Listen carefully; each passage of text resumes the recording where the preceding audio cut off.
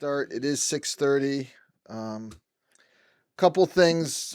We are gonna have the police chief is gonna do a bit of a presentation for us, a follow up to our work session, our budget work session that we had with him last week. We also have Board of Ed here in case there's any follow up questions from our budget work session with them last Thursday. We do have our meeting scheduled for tomorrow night to wrap up the budget. So tonight, if we don't end up voting on any particular line item, that's okay. We still have tomorrow night. We're probably going to hear some information tonight that we haven't heard before, so it'll give us at least a day to kind of take that into consideration in making some decisions. I believe Rob will probably have some updated numbers for us at some point, but unless anyone objects, I'm going to ask the police chief. He's got his presentation all queued up. If you're ready, we're ready.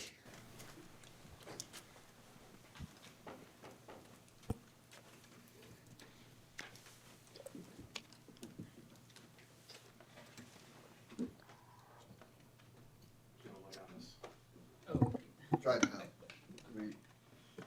You already done. Yours already done. Oh, did they unplug you over here? They knew you were coming. Yeah. Yeah. I know you guys can hear, I just don't know if the, It does look like it's, someone.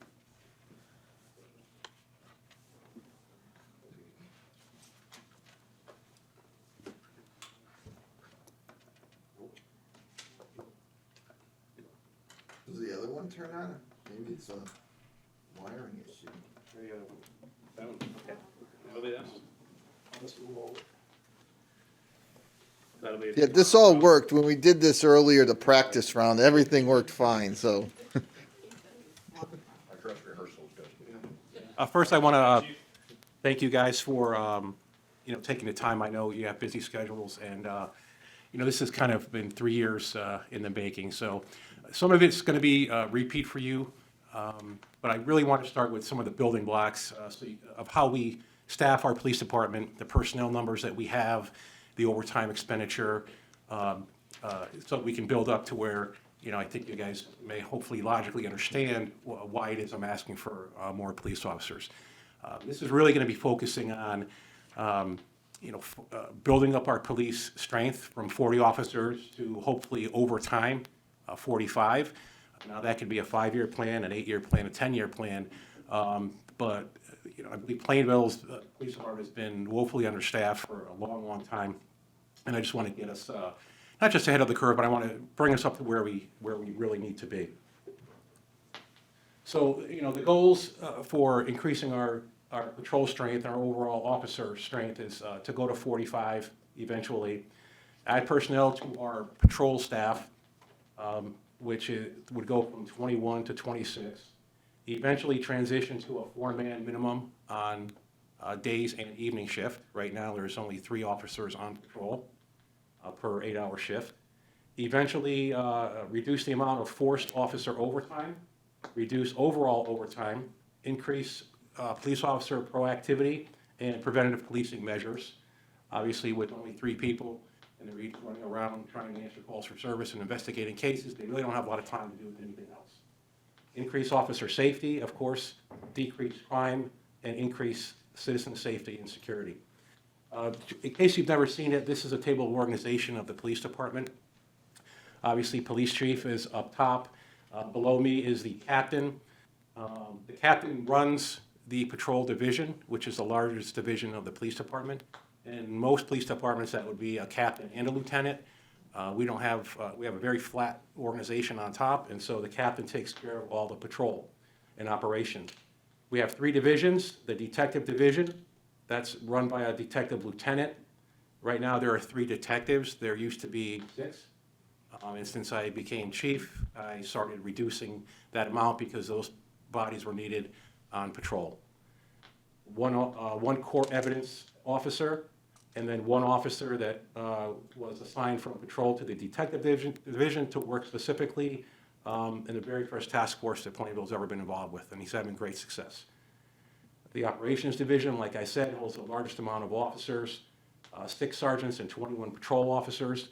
2 school resource officers, which are work in the schools full-time, except during the summer months when they come back to day shift patrol.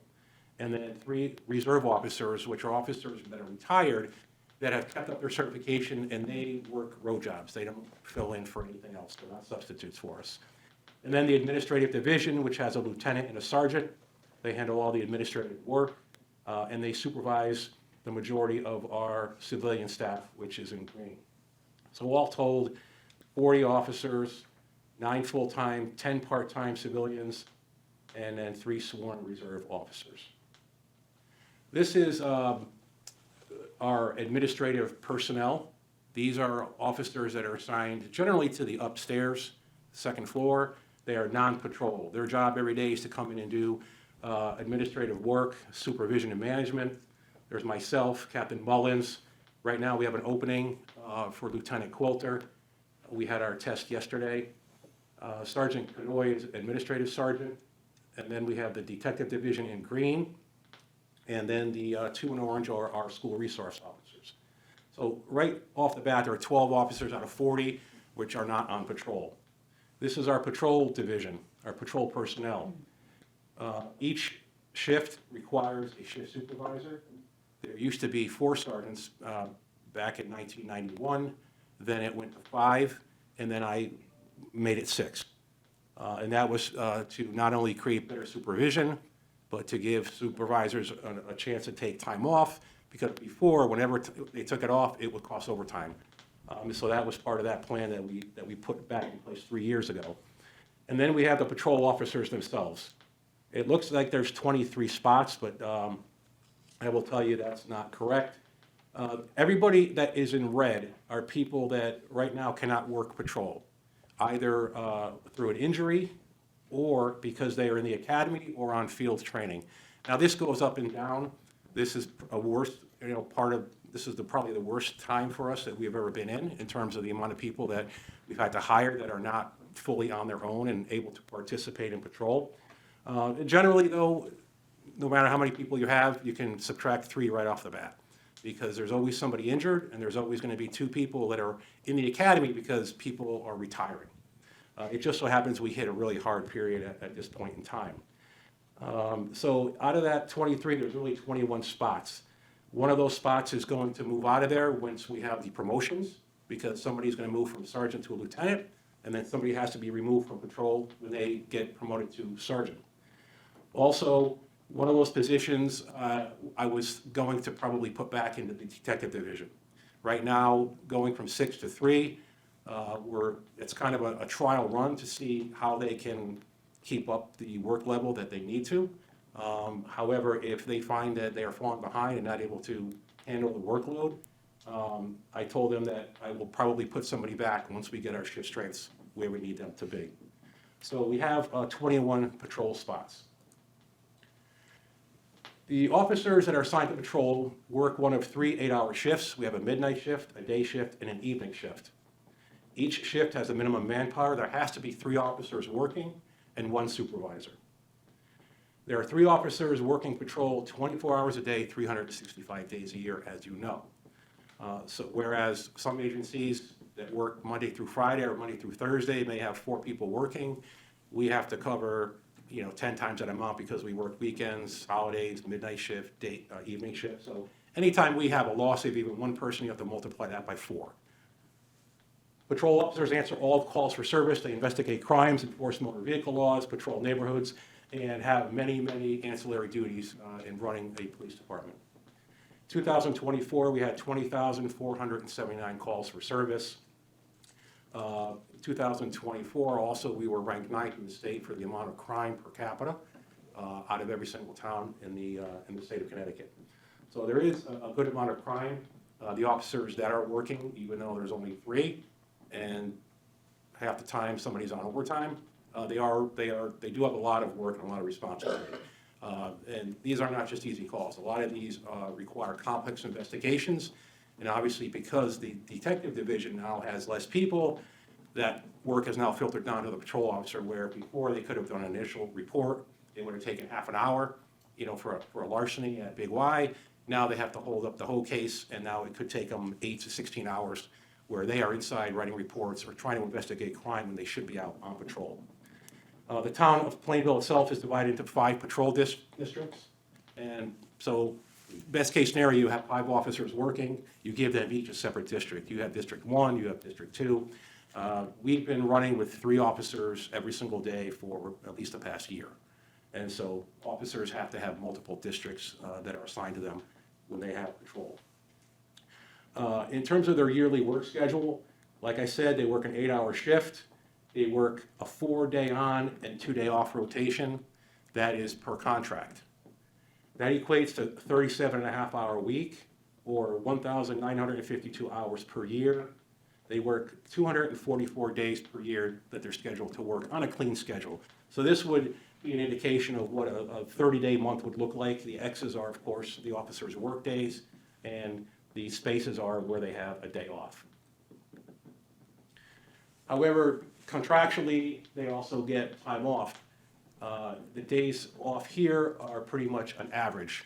And like I had said before, because there are so many new officers, they don't get as much time to use. So the short term, that will help us to a degree, but as the years go on, they will not.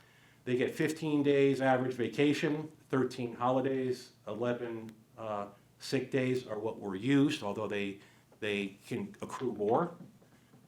Personal days, about 1 day. A personal day is if they don't get a sick day within 90 days, they don't use the sick day, they get a personal day added to their bank. If they use no sick days an entire year, they get a 5th day added.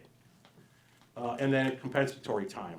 Compensatory time was introduced in the first 24 hours of training overtime. This was a way to reduce the overtime.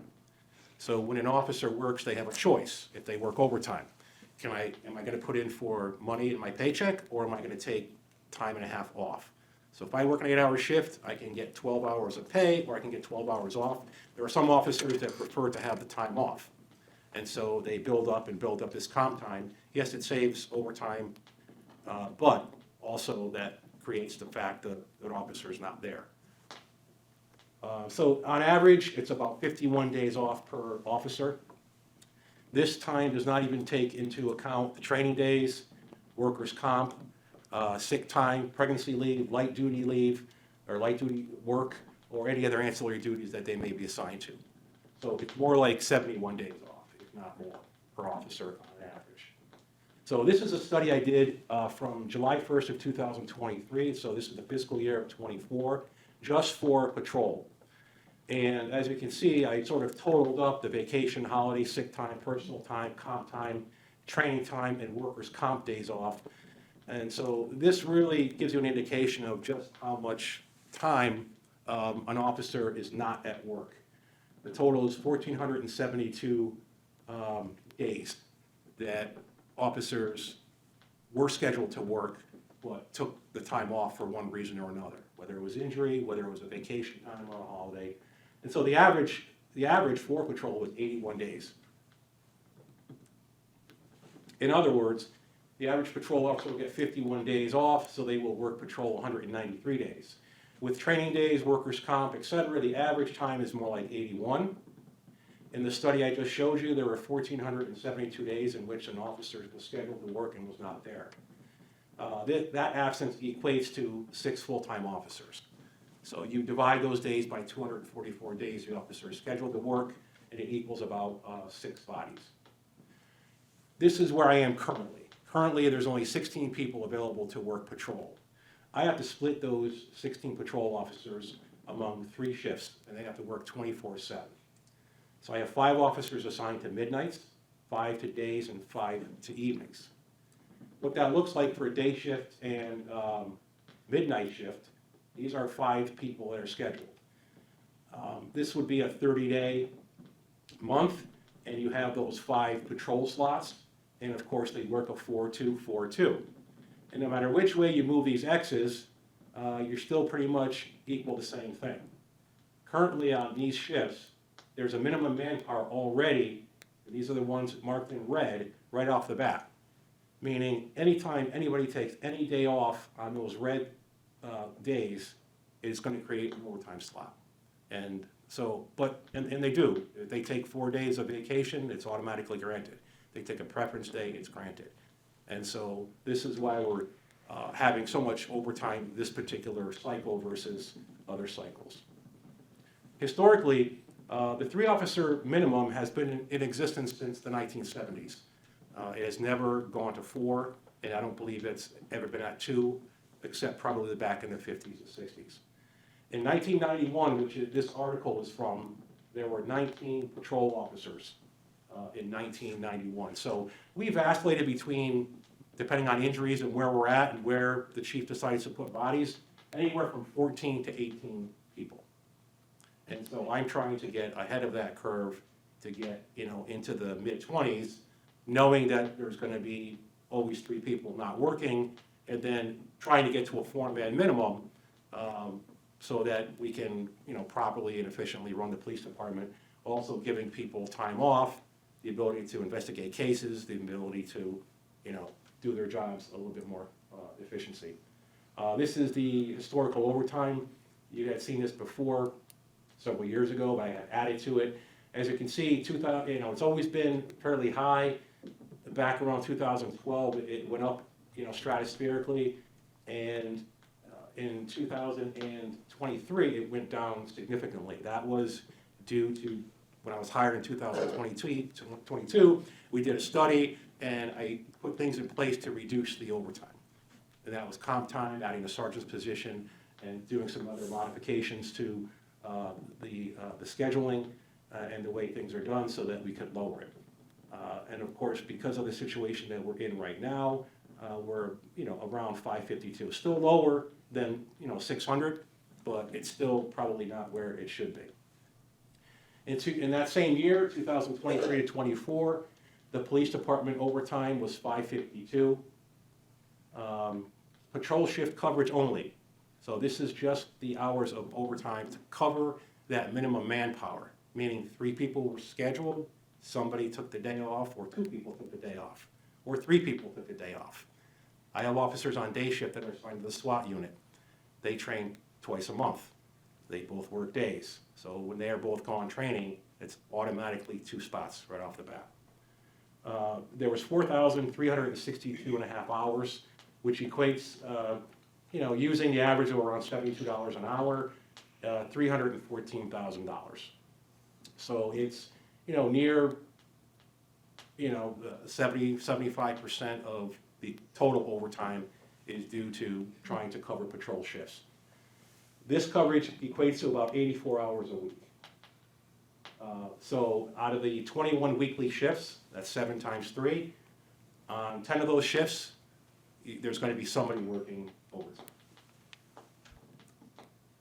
So the scheduling goals: hire 5 more officers to bring the force to 45, assign enough officers to patrol shifts to transition to a 4-hour or a 4-officer minimum, which granted may take 3 years, depending on how many people get hired, and then of course going through the academy, how many people are going to retire, and so forth. 4-officer minimum on day shift and evening shift, 8 on midnights. And so it would look like 8 on mids, 9 on days, 9 on evenings. This is a 9-person schedule. Again, these schedules, once they're set, can be moved around so that your bottom line here can be more equal. So generally, it could probably be played with so that there's at least 6 every day. And that would allow at least 2 people knowing to take the day off and still have that 4-man minimum. And that's really what I'm kind of working up to at this point. So the way I see this happening, and I'm not the money man, but I think it can happen. Immediately, I'd like to hire 1 officer to move into Officer Gret's spot. We do have a spot in July's police academy already. We have a good candidate already lined up. It's been through an oral interview, and just found out 50 brand new people applied to become police officers in Plainville. Probably applied elsewhere as well, but we have a good crop of people. And that's an upward trend as far as how many applied. Yes. I know Yeah, there used to be you get hundreds of people applying, and then it seemed like way more than average. Okay, because Yeah. I know it had dropped significantly the amount of people you'd actually get to apply, so it sounds like now it's, And we're gonna be looking to see if we can get a second spot set aside for us, just in Okay. case. So, this, I believe, is cost neutral. We are not currently paying a salary. Yeah. I'd also like to get approved this budget cycle for July 1st, 2025, to hire one officer in our budget. That would be technically considered our first officer over the 40-person mark. Yep. I would say if we could use residual funds from the current budget cycle, because it hasn't already been rated, but that could work, maybe half, budgeting half the person this year, half a person July 1st. And then we have some time to think about how to budget the rest. So in July of 2026, hire 1 or 2 officers. This will take us to 43. I do plan on talking to the Board of Ed about cost sharing the SRO positions. I also have some part-time positions in terms of the crossing guards, which I'd like to jettison that particular program and use that funds to hire an officer. And then, of course, a year later, trying to hire 1 or 2 more. And of course, we have time between now and 2027 to work on that and to plan for that. So that's my quick no, thank you. presentation. Thank you. If you have any questions. Does anyone have a question? Can you go back to the slide that has, Oh, could I just, Oh. could we just get a copy of that presentation, like Yes. sent to us after through email? Yes, I That can. would be very nice to have that. And that would be for all of us. Yes, yeah, everyone. Yeah, Chief, if you send that to me, I can get that to the council. Yeah. All right, go ahead, Councilman Getterman, Which, sorry to that interrupt. that one? All right, so right now, I'm looking at date of hire. So it looks like you're probably in a decent position right now. Probably aren't too many retirements coming soon. Yes, we looked at that and we feel that, you hear some rumors, but I feel that for 2 years, we'll sort of be on a steady. Okay, So as these persons in red come online, I do believe that we're gonna be in a better position incrementally. However, historically, no matter how many we have, 19, 20, 21, with the people that are always gonna be out, I have to try to plan ahead. right. Do I ever see myself in a position where I show up to work and there's 7 guys standing around, saying, okay, I only have 5 districts, there's 2 extra people? That is not gonna happen. I hope it does, because then I would take Right. those bodies and I would put a traffic unit back together, I would put a community services officer, and there's many other things I could do within the police department to ease my burden of the things that I have to do. But right now, I'm focused on patrol. So slot 18 and 19, Delgado and Cott, Yes, when do they come off of field training? probably about 2 to 3 weeks. 2 to 3 weeks? And then when do Peterson and Fitzsimmons start field training? Peterson graduates the academy next week. Okay. And then he has 3 months of field training. Okay, And then Fitzsimmons and Beretta are halfway through the academy right now. They have 3 more months left before graduation. and 3 months of field training. Yes. So they're 6 months? 6 months. Okay, And then Jake is, just started. day 1 was today. Right, right. Okay. And you mentioned for July training, the academy, you have 1 position hoping to secure 2 slots potentially if we Yes. need it. Yes. Okay, If we can't get somebody into the police academy in Meriden, which is generally where we send people, Yep. we will try to go through a satellite academy. okay, And that's enough time, and, we really only need a month and a half, 6 weeks to do a background and interviews and everything else. We get that done fairly quickly here, so, okay, I can wait for that a little bit. all right. Mr. Right. Chairman. Yes, go ahead. Chief, when someone goes out on compensation, are they paid through the compensation program or still have salary? And if they're paid through compensation, is the salary still there? The town picks up, workers' comp pays 2/3 of it, and the town picks up 1/3 for the first 6 months.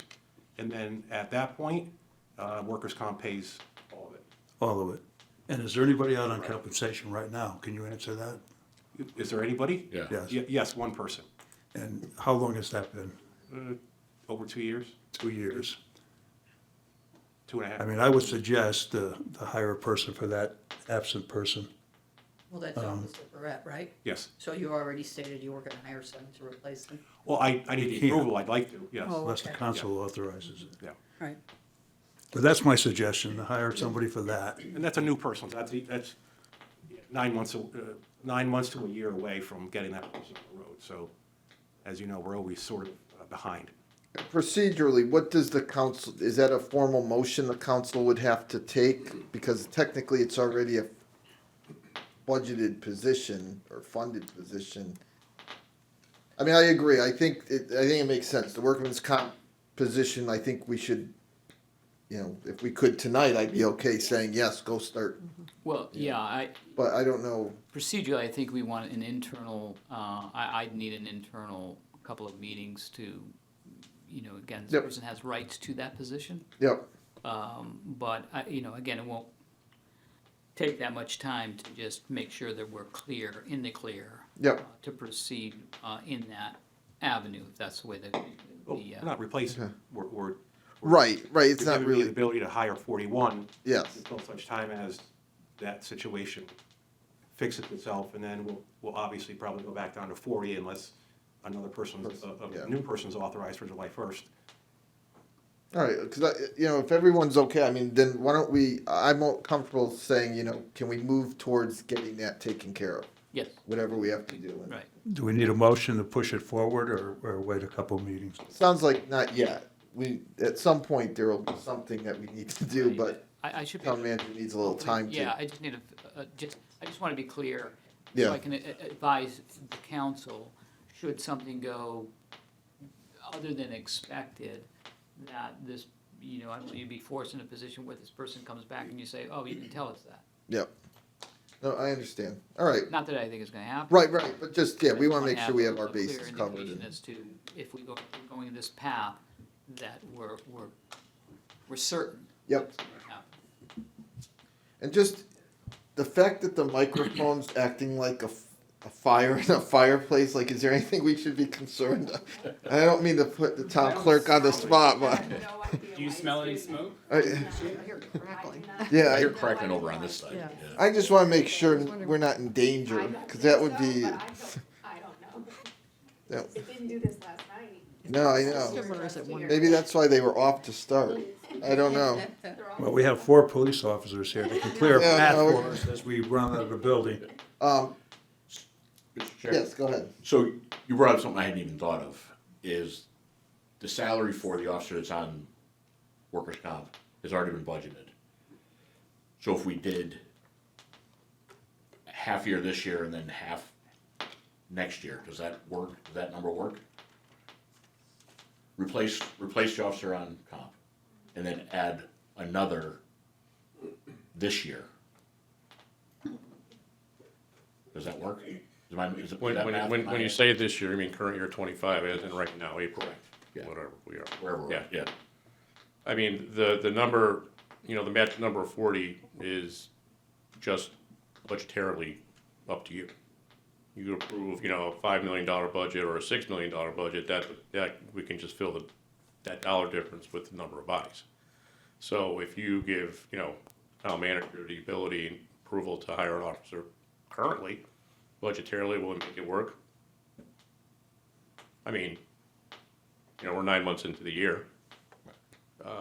The salary for that one individual who hasn't received a penny of that salary this year thus far, theoretically is still sitting there. But by the end of the year, there's other line items within the budget that may be over, that we eat into that salary amount that's not drawn down upon. Or we go over and overtime, that I then take from full-time to cover. Or come to you and say, we need an additional appropriation. I can do it any number of ways. You know, it's truly budgetary. That's really all I can say. And, you know, go through the town manager to let him know what you want to do, and we'll make it work, you know. By the end of the year, we'll know what line items need what, where, how, and when, and then they come to you and say, this is what we need to do. Excuse me, this is what we need to do. All right, anyone else with any questions or comments? No? Well, what I would propose is another officer for for June, for the new budget. And to replace the officers that's on compensation for now. Whether we do that right now in this budget or do it in the June budget. But I think it needs to be done, and I'm talking on behalf of the people of Plainville for their safety. When I look at these figures and look at all the time that each officer has off and how many hours they're working, to me, you don't even have 5 officers every shift. You're pulling from other shifts, which makes them tired. I mean, if an officer goes out for 8 hours and then goes out for 8 hours for another shift in the same day, he's putting himself at risk and the people of Plainville at risk, I think, because he's a tired officer on shift. Am I right, Chief? You have a guy pull 2 shifts, make up for somebody that's not there? Yeah, I would say, you know, if I read the numbers and they're not always exact, but a good 60%. What's going on? It's not turning out. I would say at least, 60% of the time, or maybe half the time, the officer that's working the overtime is forced in, meaning they're already working a shift, and say they're working day shift, and an evening shift officer books off or is booked off and nobody wants the overtime, the officer working days and then has to work a 16-hour day. And so that's what we call an order in or an order over or held. These are interchangeable terms. So the majority of that overtime is people working 16-hour shifts. So what would you say the reaction time is of an officer working that many hours? It depends on how much coffee they have, I suppose, or how quiet it is, but it's definitely, it's an officer safety issue as well, because when you have 3 officers, 1 officer is inside the building, there's only 2 who cover the entire town. And so the officer's proactivity to say, I'm gonna go out and find something, but my backup isn't gonna be here, those are some of the issues that you run into. And some of these We're a officers, busy town, this is not, we're busy. some of these officers are working extra hours on road shift, construction sites. Yeah. That as well. A couple, the Connecticut Commons, are we still spending a lot of time up there? Yes. All right, because I at some point back in 1999, I think there was a thought that they were gonna actually hire like a security person. Not sure what that would have helped They or have not helped allied with, security, but I believe they have some civilian security people Okay. that kind of just I was just drive curious to the if back that of the was. building and park and. But I knew that there's been indication that the town spent a lot of time up there. Yeah, we had set up some of our license plate readers, we had set up in those particular areas because of how busy that area is and because of the amount of crime. And we're always, we're never right there when something happens. And so that kind of helps us with solving some of those crimes. But yeah, we're up there a lot. I mean, to the point where I was going to find out who owns all those properties and see if they could, do something about helping us. Yeah. Because Providing some we're additional. providing so much service to them that it takes away from the rest of the town. And I know responding to medical calls has come up. Mhm. And we typically send 2 officers to a scene when there's a medical call. That's correct. It depends, but Okay. generally 1. But it doesn't sound like that's something a lot of towns do, or at least I tried to do some research on my own. I didn't find too much out there, but There's very few towns now that would consider themselves first responder towns. They're generally the smaller towns where the officers that are police officers are going to every single medical call and are keeping themselves certified as emergency medical responders and are carrying all the equipment that they need in the cars. So that would be AED, Narcan, oxygen, quick clot, and then an entire medical bag full of items to help people in need. And so we go to every single medical call that comes in. and that's been going on for a long time, as far as you Yes. know. Yes. I mean, I feel bad. I don't know the answer. I probably should know the answer Since to the that. 70s. myself. They used to have, the officers here used to actually drive an ambulance. And they would take people to the hospital in the police department ambulance. Okay. That's new to me. I did not know that. Right, because as I'm thinking, clearly there are some, the fact that we've gone from, 19 patrol officers in 1991 to the number we have today over a 35-year period, it does, and what you're dealing with now is probably much more than what you were dealing with as a police department back 35 years ago.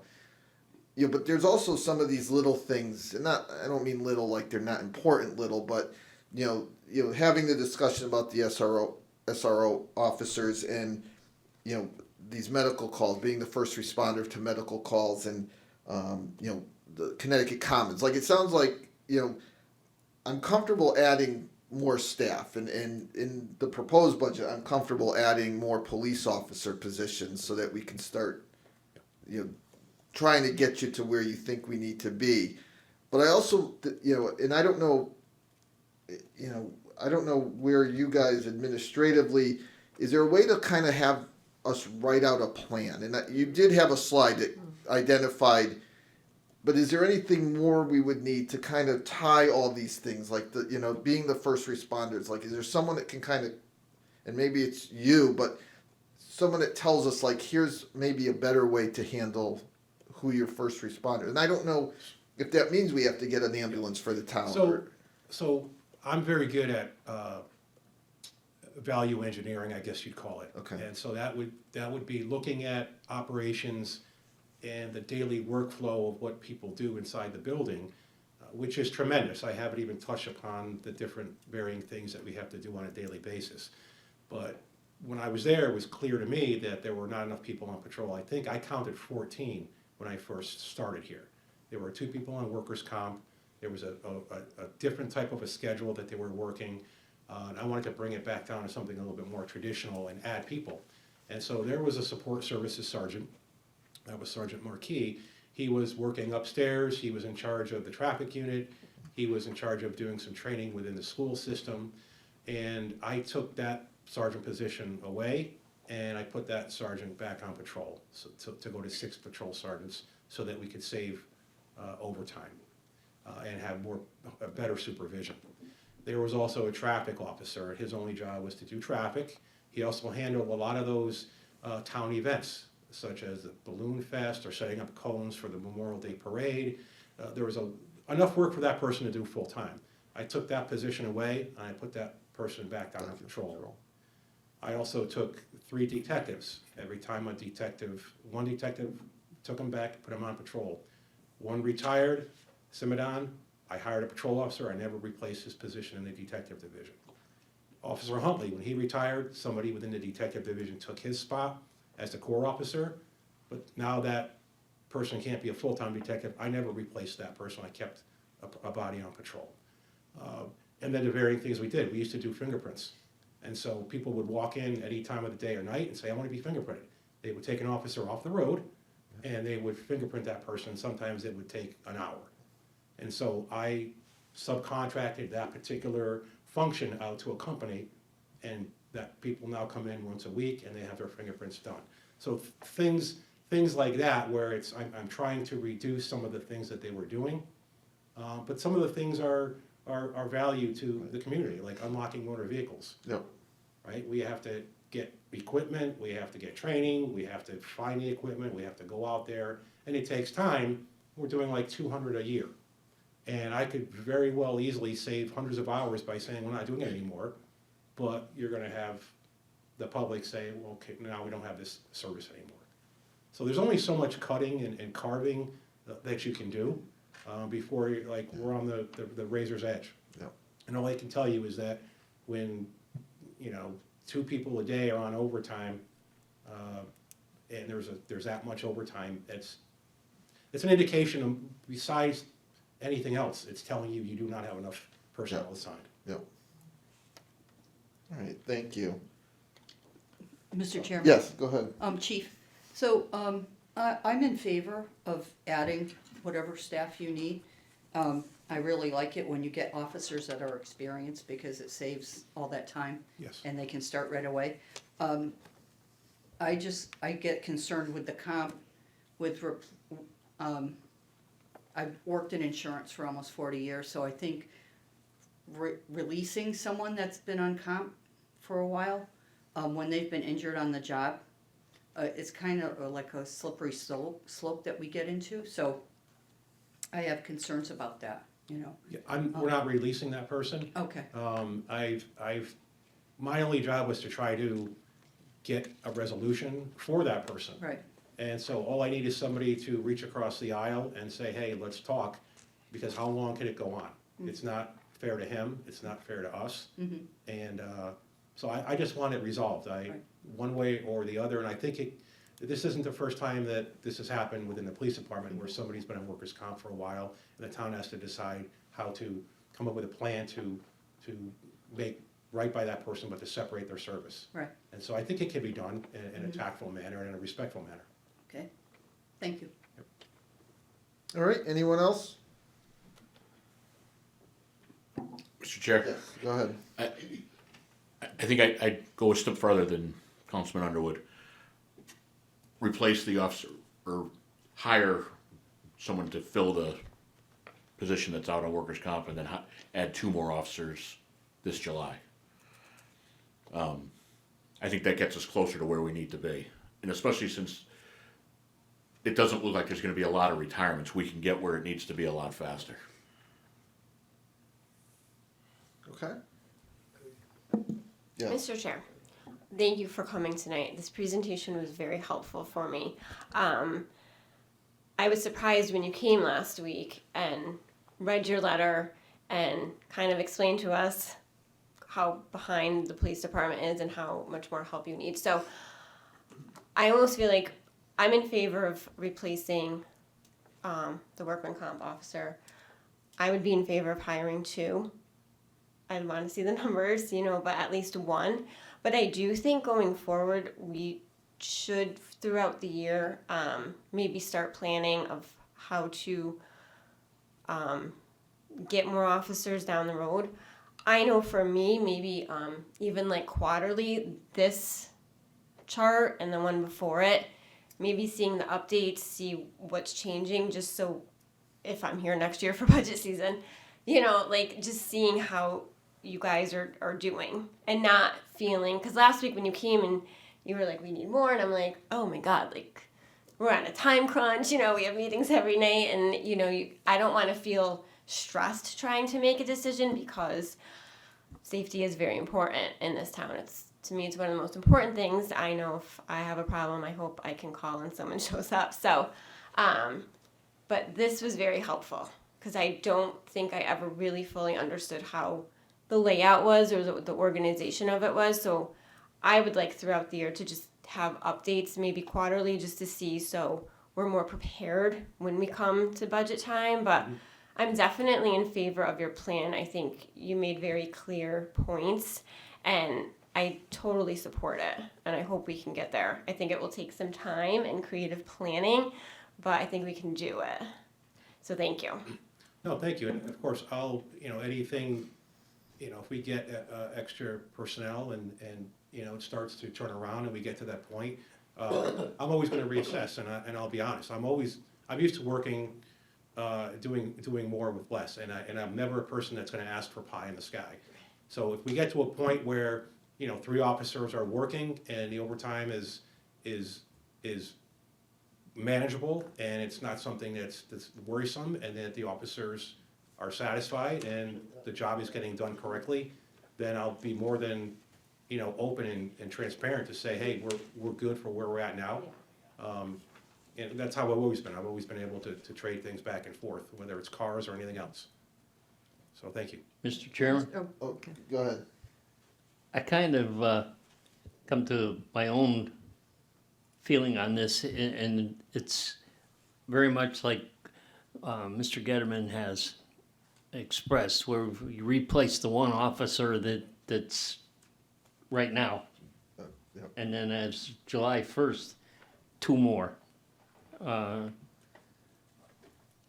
think it just sounds more adequate to me at this time. It sounds like it would be a better move to just do it and get it over with. I don't see where playing games with 1 month and 2 months and 3 months, 6 months, whatever, is important. I think the important part is let's get them hired, let's get them working, and get them out there and get them doing the job.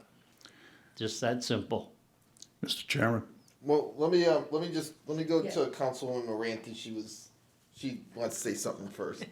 Okay, I certainly, two-part comment, I certainly am in favor of trying to resolve the workers' comp position, and that would give us net gain from where we really are now, maybe Yep. not where we are on paper, but from where we really are now. But I also support adding to the police force. This was a very informative presentation and very clearly presented in terms of what the impact is on a day-to-day, night-to-night basis. So I'm certainly in favor of adding the two positions. Okay. Councilman Underwood. Yeah, I just want to remind the council that the increase for the police department's budget, correct me if I'm wrong, was 1.6%. Correct. It was the second lowest.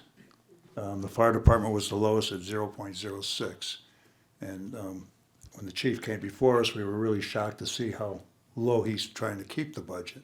But at the same time, I think we're all realists here. We realize that the town is at risk. I mean, let's be honest about it. When we don't have enough police officers out there, or they're working double shifts, working 16 hours, and 8 hours going out for another shift, and then being asked the next day to come in again at 16 hours.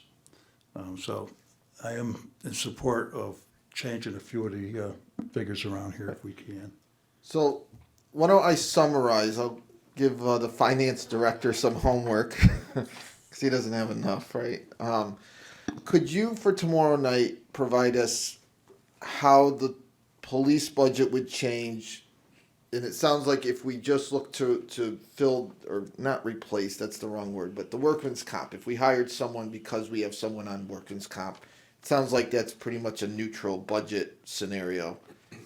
But what would change if we added one full-time position starting July 1st? And what would the budget change if we added two full-time positions? Okay, well, I can give it to you now if you want. Well, I like the Time to I think like the about it? Excel We- spreadsheet you provide. I really. It's in front of you. But no, yes, you want to go. See, I think, I've Is it known as you sim- too long, I thought ahead, I No. already knew what you were gonna ask. This is what happens when you're in night 5 of the budget work season. So literally, we take their number right now, and I could just add 111,000 for one full time and multiply it by 2, and that's what their bottom line budget would be. Well, I mean, when you're talking about the police budget, you're not looking at, from the spreadsheet I gave you, you gotta get rid of the fringe. Okay. Because that comes out of our employee benefits and other, insurance line items within Okay. other departments in the budget. Okay, so you're really looking at a, full-time salary, budgetary line item increase in the Okay. police budget, okay? So, to fill the body that is currently on workers' comp in this fiscal year, right now, I mean, if you wanna do that and give the town manager approval to do it, we'll deal with the cost at the end of the year. When I come to you with fourth quarter transfers, if we need anything, maybe not, who knows? We'll deal with that. Hiring 2 officers effective July 1st for the full year, I would recommend adding 160,000 in salary, which is essentially an average of the 3 different levels of potential hires. Okay. We don't know if we're gonna get a new Yep. person, 3 years, 5 years. Someone already certified. Right, exactly, certified or not. And then I would add $3,000 on top of that for uniforms. The outfitting and everything else will make up in the other line items within the police department budget. That again, at the end of the year next year, assuming, we actually do hire these folks, we could adjust the budget accordingly during the year or at the end of the year if we had to do with fourth quarter transfers and changes throughout the year.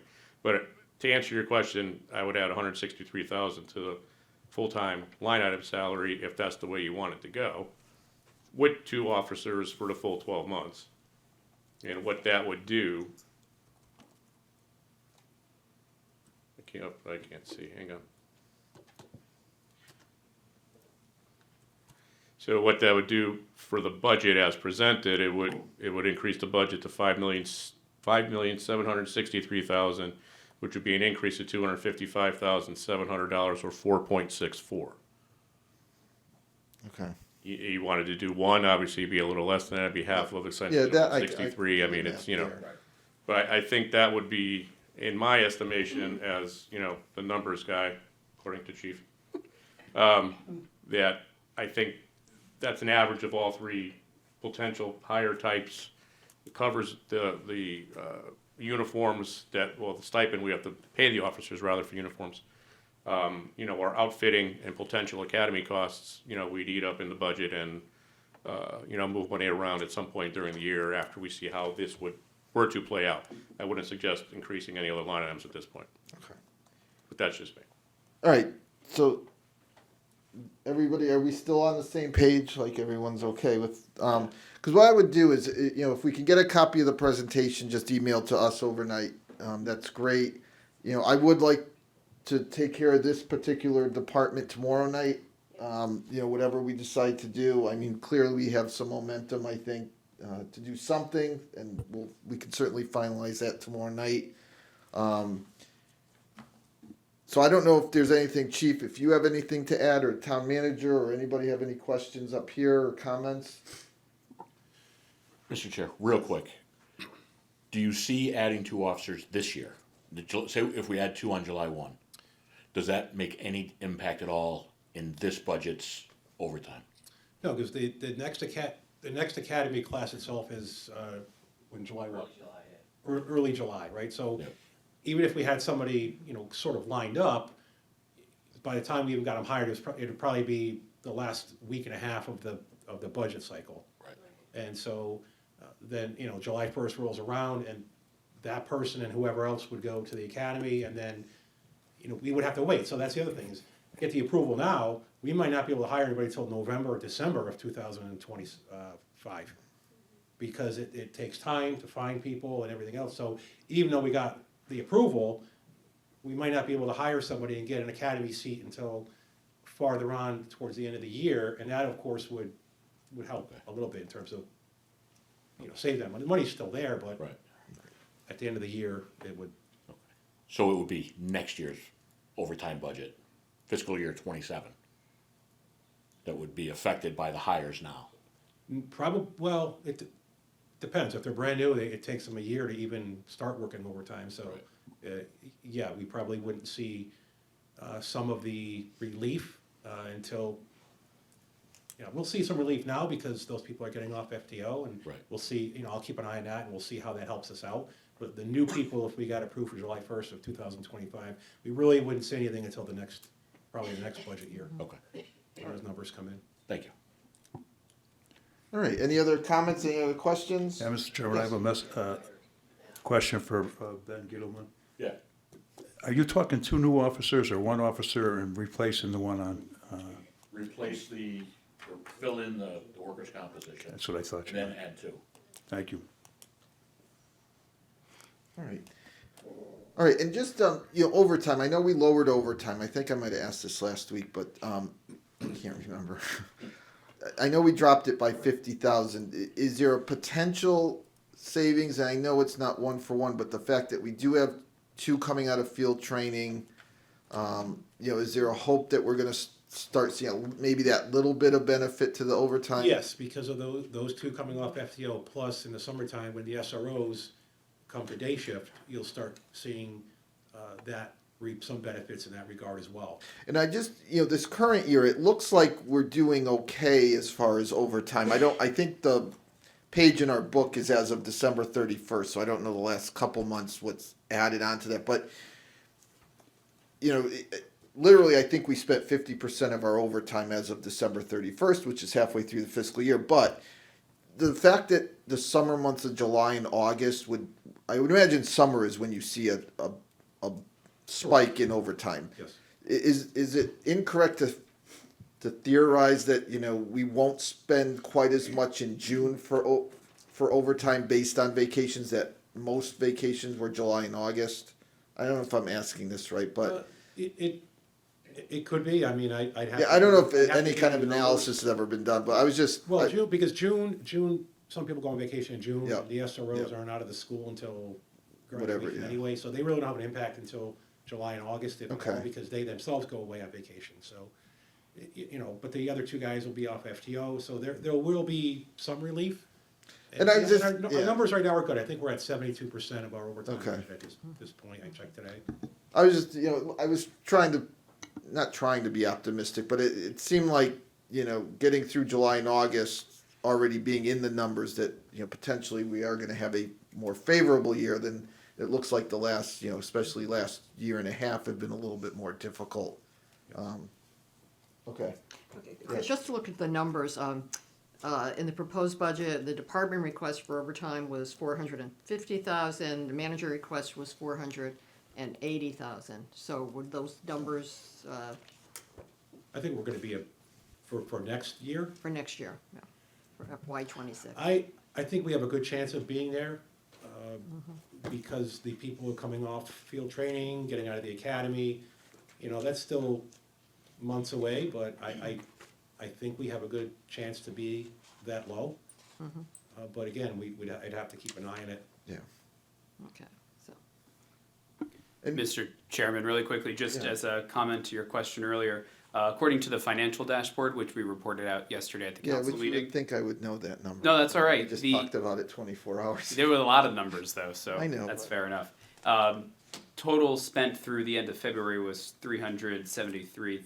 $373,470, which to the chief's point is 72% Okay. of the overtime budget. Yeah, and 500,000 was budgeted this year. Yeah. Well, that 373 includes dispatch. If you take just the police, they're at 330. So that's why there's a lot of numbers. It's a little clouded sometimes. So the police Yeah. budget through through February 28th was 66% spent. But to the chief's point, again, 3 weeks later, we're probably at 72%. Okay. So we're right on target with all of that. All right. Anything else? So I guess the plan, thank you again. Thank you. Obviously, this was, I think it was valuable time spent. Sorry to keep the board waiting, but I think this definitely helped and it's helped us get a sense of the direction we want to go. Tomorrow night, we'll actually take a vote on the bottom line budget, figure out what direction we want to go. And with that, I will say thank you, and, if anyone has any questions, obviously, feel free to reach out. I don't know if we reach out through the town manager to the chief or go to the chief directly, but, any follow-up questions, feel free to reach out, and we'll get them answered. Chief, just a reminder, if you can give us a copy of that, we would very much appreciate it. Yeah, I don't know if I have all of your emails. I'll go back to the police department, email it to you. If you could send it to me, Okay. and then I will make sure You got they it. get it tonight. Okay. Yeah, Thank you. thank you, chief. Thank you guys for your time. Thank so you. much for your support. Thank you. Does anyone need a quick break? Because otherwise, good night, you guys. Thank you. Now, I was gonna suggest the superintendent, if you probably don't need to come up to the podium yet. We'll see if anyone has any questions or any follow-ups from last Thursday's work session. Is there any new information you want to share with the council at all? Nothing new, just, Mr. Chairman, Yes. I have a question for the superintendent, so if you could, sure. I'd appreciate it. I'm sorry. I And was does gonna he- send you an email and then I was too busy on vacation to do that, so. No worries at all. Too much sun, right? Yeah. Yeah. And he turns on the middle microphone there. Okay. Right. Already on. It's already on. Oh, good. Okay. Look at that. Okay, so I had two questions. One was regarding the two math professionals that you're hiring. Yes. And you called them instructional, what was the title that instructional? Resource. Okay, so are they going to be teaching classes or are they gonna be tutors? So they are, they'll be teaching students who are struggling with math and going into classrooms where there's students who need more support in math and helping those students as well. Okay. So it's not unusual. So in language arts, we have the same kind of thing, but a number more because reading is so important. However, we're finding that we're struggling with our math instruction at the elementary level. And part of that, we believe, is that needing some more support to do to really help students along. So is it like a lab situation where they could do like math labs? Where they have maybe 5 students in there and they work on specific things, or is it a one-on-one? So usually it's small groups, or it's in the classroom. Okay, So. all right, yeah, all right, thank you. The other question I had was regarding how you spoke about, the attrition when you had teachers leaving, but you weren't adding their salaries back into the budget because they can now go anywhere in the state and work. I just didn't, it was a little opaque to me, so if you could just clarify what you mean by that? So in past times, other than key high school positions like science and math, and sometimes psychologists, things like that, typically we would assume we could pull somebody in at a step 3, so in the $55,000-$60,000 range, when we replace somebody. So there was if we were losing somebody at 85,000 and we were bringing them in at 55, we saw a nice $30,000 drop, right, in the salary line. These days, because there's so much mobility, opportunity for any area of our instructional core, that's really just not there anymore. So we're seeing folks potentially leave at 65,000, and we're hiring at 65,000. So we just don't garner as much savings when we see retirements. That's really. I see, okay, all right, thank you. Sure. All right, and just a quick, and I'm not sure who fields this question, but I know with insurance, the rates, the board was much closer to what actually we're going to have to pay next year, correct? Is there any adjustment that needs to be made on their end?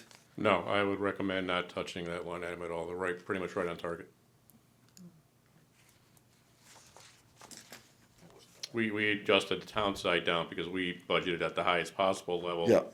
In a worst case scenario situation. The board pretty much hit it right on with where it ended up coming in, so Okay. it was a good thing, so I'd recommend no change at all. Okay, just want to clarify that.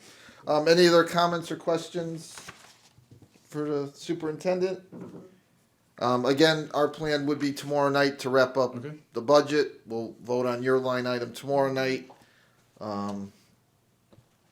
Anybody with anything else for the superintendent? Otherwise, you're free to go home. Oh, I'm sorry, Mr. Oh, Chair. go ahead. Just one more quick one, in regards to tutors and things like that. Sure. I always thought that the tutors, like we have their salaries within the salaries that are listed in your budget, but I had been told by some parents that required tutoring for their children were being charged to pay for the tutor's annual or hourly fee. Do you have some kind of hybrid situation like that where? So we do not, as a school district, have any parents paying us to provide tutoring services. Okay, That makes me wonder if there are, whether they're working for us or not, people working as private tutors in the community. That would not surprise me, but nothing like that happens through us. okay, all right, thank you. All right. Very good. Everyone's all set? Well, thank you for your time. Thank you for being patient and letting us get through the police discussion first. It was informative, and thank you for approving the construction manager at Yes. risk firm. That was a So- nice box so to quickly. check off. So- Yes. Nice to have that. Keep moving it forward, right? All right. Have a good night. Thank you. Thank you. At this point, I think unless someone has another department they want to talk about, I was going to wrap up with those two departments tonight. Obviously, we have several motions to make tomorrow night. Capitals, one off the top of my head, but I'm sure Yep. staff will be good at. You have 4 departments to approve, 1 being Board of Ed, 2 being police, 3 being unclassified, and 4 being the transfers capital out, and the CIP program in total. Okay, and so that's tomorrow night. We will take action on those 4 and wrap up, get a bottom line number, and we'll finish up the budget tomorrow night. Hopefully. And, Mr. Chairman, Yes. I may have come late but I think we want to start with the revised number where Rob is in Yes, terms of. before we go, I was gonna ask for, Vehicles, so you all have yes. little additional information going into tomorrow night, which is good news, because the numbers come down, and I just want Rob to give us that.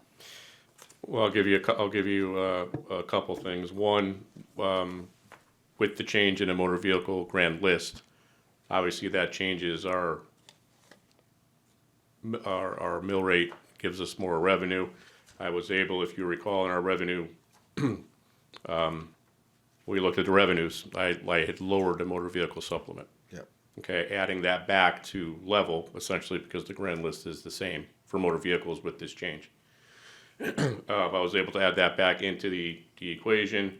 The grand list did go up because of the change, and with the expenditure numbers as you have in front of you now, before or if any police changes are made, that includes CIP as is, debt, Board of Ed, everything unclassified. The mill rate increase estimated at this time would be 1.44. 1.44 mils, it would be 34.19. But again, that's estimated at this point in time as revenues are not completely finalized. The grand list too, as I said last night, we still have to dot the i's, cross the t's. It will not vary much from the number we're looking at now, but it will change a little bit. And that'll be done before the April 15th deadline with the state of Connecticut, well before you're setting a mill rate Yeah. towards the end of May. Okay. With any change, with the change to police, again, assuming everything else being equal, that you may do tomorrow, that 1.44 would go to 1.55. Okay.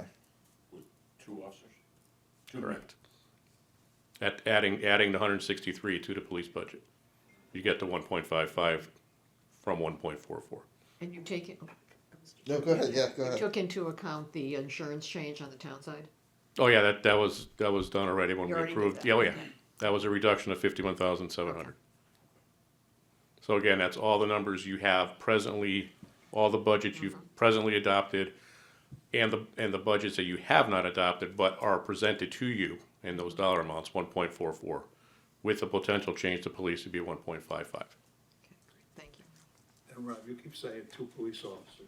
I'm sorry, you keep saying two police officers. Is that replacing the person on compensation with a policeman? That's two additional budgeted positions July 1st. That's going from 40 to 42. Right, so the body in 25 could be higher, and then two additional on top of that. Let me ask you, if we did just replace the guy that's on compensation, the salary's already in the budget, and adding one police officer, what would the increase be? Half of that. It'd be about 1.5 1.50. mils, yeah, plus or minus. But you necessarily can't take that out if you don't know if he's coming back. You can, because you won't rehire going down the road when the next opening comes about. Yeah, I mean, it's a nice split, adding 163 if you're only gonna do one July 1st and take that in half and make it 81 and change. And the 0.11 increase would be, 0.5. So you'd be able at 1.5 mils instead of 1.55. All right. And quick question. So we had a slide which showed the change in mill rate and a change in the mill rate in the percent. Is there a way to get what the average taxpayer paid residential? See, by your reaction, I think that's a yes. I'm going to finish. I'm not even going to continue. Want me to break down every vehicle too? No, Oh, 2014 GMC Sierra? yeah. but no, like because I know we went through a reval, and that was the reason. That was the reason we were able to drop the mill rate. However, there was a shift towards residential, I believe, on the reval, and just to compare apples to apples, I thought like somewhere you guys just know like what the average assessment was for a residential property in town. Yeah, we can do that because we do have averages based on house type. The Like, yeah. single family, X number of square feet, 2-family, 3-family. We've done that before, and it was easier with, one mill rate. Correct. So, reval back when we did it a few years ago, yes, it did shift a little bit to real estate, and that was the market at that time. Our, because of reval, our mill rate was below the state max of Yes. car, Yep. motor vehicle rather, but it was also higher then. Then the state lowered the motor vehicle Yes. cap, which we then went above shortly thereafter. So when that shift alone, the state changing the cap on the mill rate, it shifted to residential in real estate. So it was kind of a twofold shift. Yeah, there was a couple And in things keeping going on. motor vehicle flat now, the only place it can go is to real estate. Yeah. But yeah, we could do that sort of same sort of, well, I can sort of, we can do that type of analysis based on a flat dollar amount, assessed value house. Yeah, like a single family Multiple, house. yeah, it's right, whatever, 150, 200, 300,000, whatever, assessed value. We can do that is what the change would be, yes. And even if you want to give me what that assessed value was, I'll do the math. I don't mind doing that, but I don't want to. I don't know if you guys have a chart that says, in fiscal year 2020, the average single household was assessed at, Yeah, 180, and I'd have to dig those up. I mean, again, reval kind of skews those Yeah. charts a little bit. And, only doing revaluation every 5 years, obviously your property is valued at the same level for those 5 years until it's revalued. yes. So, but yeah, I mean, we could certainly run some numbers. I can do the same sort of numerical comparison, if you will, to the October 1st, 23 grand list, which is this current fiscal year 25's tax bills, to what is proposed October 24 grand list to the next year 26 budget. I could do something like that And reval is next year, 2 years from now. so October. October 1, 26, which I believe is fiscal year 28. Okay. Remember, the grand list year is 2 years Yeah, behind. and that's why I got stuck in some. Yeah, I didn't know exactly which assessment year meant this fiscal year. And I did Right. struggle with that. Right, so this budget we're looking at fiscal year 26 is grand list year 24. Okay. All right. Mr. Chairman, Yes. Rob, what determines the mill? How many dollars? As presented right now, the grand list for 24, October 1st, 24 would be 1,738,000 rounded. Is that for 1.44 or just a mill? That's a mill, that's what a mill is worth. All right. Any other questions or comments? Because I'm all set. If anyone cares to make a motion to adjourn, and we'll reconvene at 6:30 tomorrow night. So moved. Second. All those in favor? Aye.